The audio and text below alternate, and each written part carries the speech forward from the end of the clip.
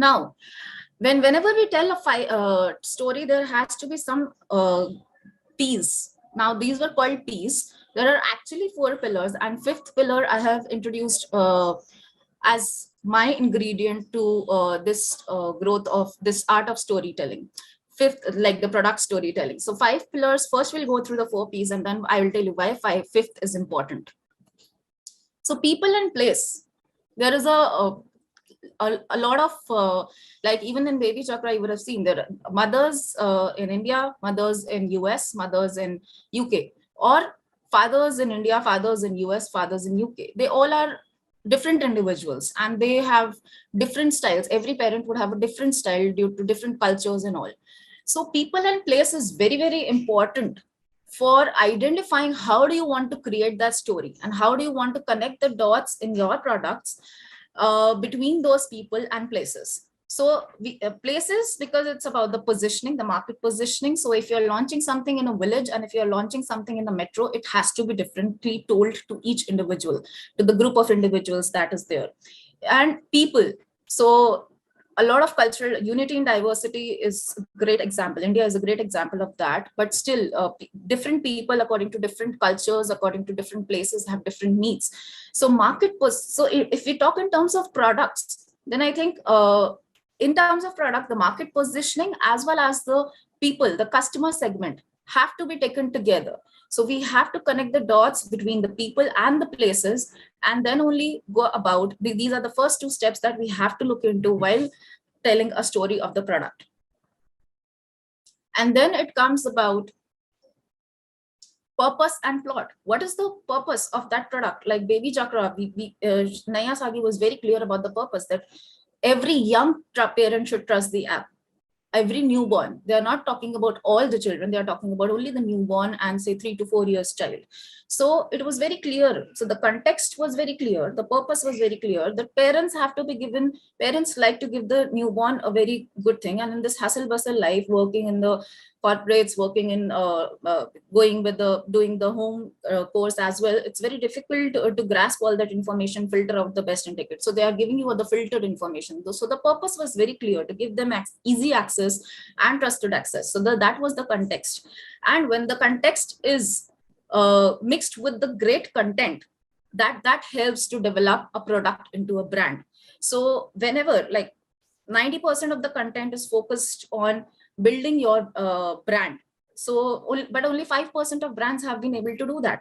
Why? That's a figure I am telling from one of the articles. Only 5% of the brands have been able to do that from the 90% of the content that they have put it for the marketing purpose. Why? Because that content, as I said, there has to be some emotional intelligence. There has to be people in place to whom you are connecting. So emotional intelligence. So even if you are telling some great content, but there is no logic behind it, and or if you are telling some very logical content but there are no emotions attached to it, then definitely it's difficult to build a product into a brand. You can sell the product, but you cannot build a brand out of it.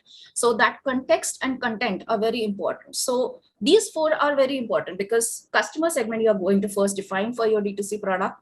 Second is about the place where you're going to launch it, the market positioning, the purpose, and the plot, that is the story.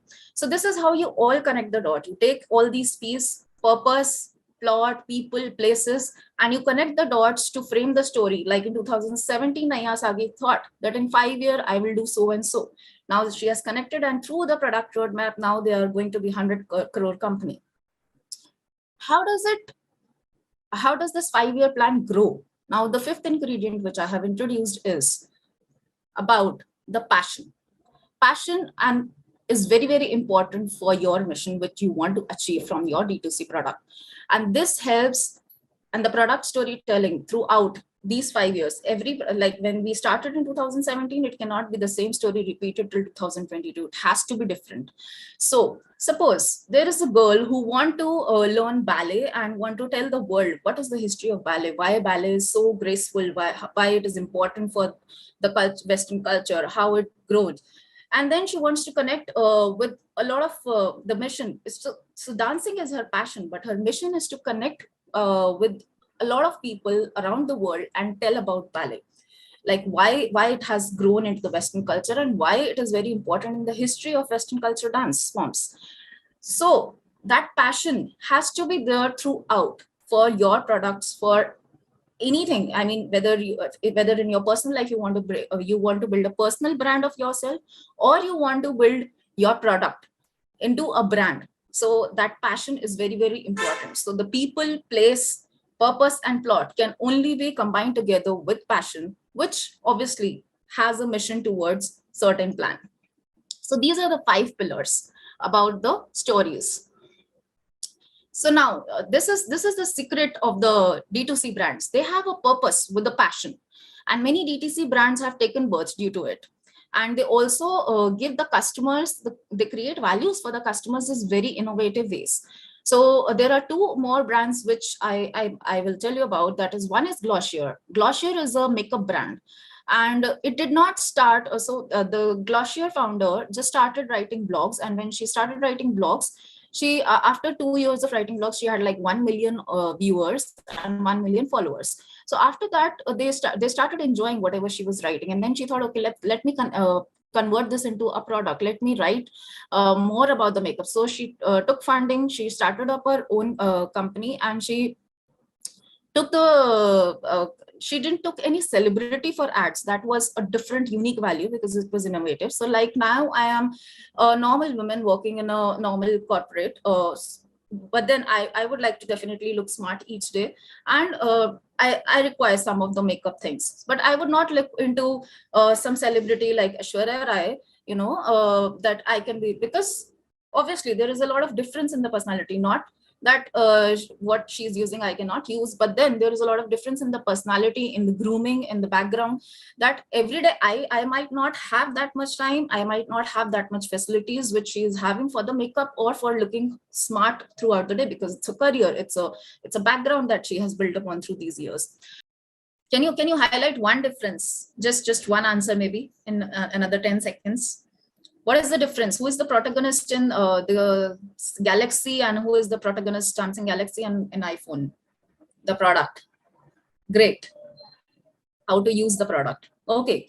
Yeah. So I studied this article again from somewhere, and I got to know. See, so there is a big difference in this. Here it is telling about Galaxy S21 Ultra 5G. So maybe I don't know what is 5G, but then at least I'm happy that I'm getting the latest technology. So I will buy that phone without a knowledge, but it is not inspiring. It is just a self-esteem thing, or might be something that I want to buy a new phone. So let's buy this. Another is the solution to your inspirations, to a customer's inspirations. So a child, a 13-year-old child, 14-year-old child is trying to make certain things in the iPhone. Make movies like the movies. So it is like she is aspiring to be a filmmaker. Suppose we are supposing that, and she's trying to create certain things through the phones, and it is helping her to become a filmmaker and create great stories with the features of the phone. So here the protagonist is the user, like one of you said, and the other one, the protagonist, is the product. So obviously, when you inspire the user and when you make the product, that is how a D2C brand grows better, and that is how the stories should be told, with the protagonist being a user. Now there is a story also about the Teflon non-stick tawa. So when we go to a homemaker and say, why do you want to use a non-stick tawa? So definitely because of the dosas, they stick in the sticky tawa and all of that. So when someone comes and tells, now see, you can have this. So the protagonist who she has solved the problem because she has bought that non-stick tawa in her home. So I think the product, so she feels very nice about it, that I have solved the problem for myself. So the protagonist is again the consumers. So that is obviously the better part of telling a product story. And we have to keep in mind that while we are telling a story about the product, the protagonist has to be the end consumer.